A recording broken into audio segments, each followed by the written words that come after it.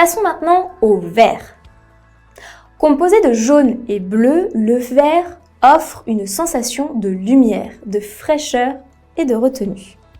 C'est la couleur de la nature. Le vert a pour effet de diminuer la tension et faciliter le repos. Le vert véhicule un supposé pouvoir de guérison. C'est la couleur la plus reposante pour l'œil humain parmi la palette de couleurs. Et il peut aider à améliorer la vision. Il suggère également la stabilité et l'endurance. Par opposition au rouge, il représente la sécurité, comme on peut le voir avec les feux tricolores ou encore avec certaines icônes de validation sur les terminaux informatiques. Dans l'héraldique, le vert indique la croissance et l'espoir. Passons aux formes de cette couleur. Le vert suggère la forme de l'hexagone. Une forme douce et peu agressive, contrairement au carré. Ainsi ne se prête-t-il donc pas à une très grande angularité. Il reste une couleur forte qui peut dominer la vue, mais sans risque. Passons à ses couleurs relatives. Le vert foncé est associé à l'ambition, à l'avidité et à la jalousie. Le jaune vert peut indiquer la maladie, la lâcheté, la discorde ou encore la jalousie. Le turquoise est associé à la guérison, la protection émotionnelle. Le vert olive, lui, est très traditionnellement la couleur de la paix et ironiquement une couleur commune aux uniformes militaires. Passons au bleu. Le bleu est généralement associé à la connaissance et à la sérénité. C'est une couleur froide qui représente aussi notre planète, l'infini, le repos et le formalisme. Associé au ciel, à l'océan et à la glace, le bleu est symbole de vérité et de pureté. Il connote également la loyauté, la compassion et la sérénité. Le bleu est considéré comme bénéfique pour l'esprit et le corps. Il ralentit le métabolisme humain et produit un effet calmant. Il est systématiquement associé à la tranquillité et au calme. Dans l'héraldique, le bleu est utilisé pour symboliser la piété et la sincérité. Passons aux formes de cette couleur. Le bleu suggère le cercle ou la sphère. Il est froid, humide, transparent et atmosphérique. Le bleu reste en retrait. Il est digne et tend à créer une image floue dans l'œil. Il ne semble pas se prêter aux formes angulaires.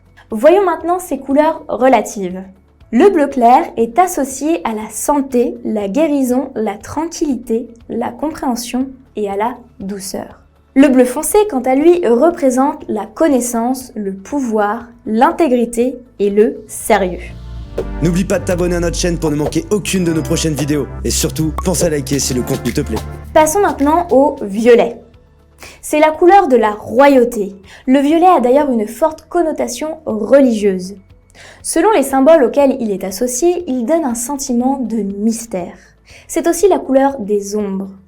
Le violet combine la stabilité du bleu et l'énergie du rouge. Il symbolise le pouvoir, la noblesse, le luxe et l'ambition. Il véhicule la richesse et l'extravagance. Le violet est également associé à la sagesse, la dignité, l'indépendance, la créativité et au mystère et à la magie. On pense notamment à la couleur du troisième œil. Passons à la forme de cette couleur. Plus raffiné que le bleu, le violet suggère la forme de l'ovale. L'œil éprouve une certaine difficulté à focaliser nettement une image avec une dominante de violet. Il est doux et jamais angulaire. Il n'est cependant pas aussi relevé que le bleu et reste une couleur terrienne. Passons maintenant à ses couleurs relatives. Le violet clair évoque des sentiments romantiques et nostalgiques. Le violet foncé, quant à lui, évoque l'obscurité et les sentiments tristes. Il peut aussi susciter de la frustration. Passons maintenant au noir. Il représente l'obscurité, la désolation, l'action cachée, le mal, le deuil et la mort. Également la désorientation par l'absence de lumière, la force, l'autorité et encore bien d'autres éléments. Il est aussi considéré comme une couleur formelle, élégante et prestigieuse. Le noir est une couleur mystérieuse associée à la peur et à l'inconnu, telle que les trous noirs. Il a généralement une connotation négative. On parle de liste noire, d'humour noir, de death metal. En héraldique, le noir est le symbole du chagrin. Passons à la forme de cette couleur.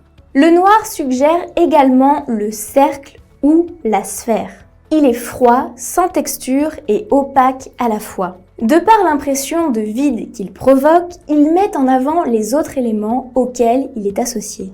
Voyons maintenant ses couleurs relatives.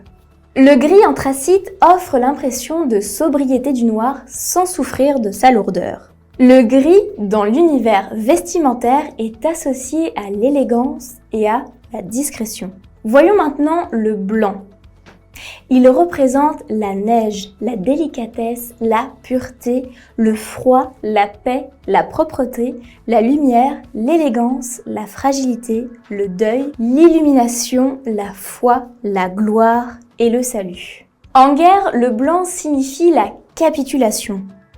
Le blanc est aussi associé à la bonté, à l'innocence et à la virginité. Il est considéré comme la couleur de la perfection.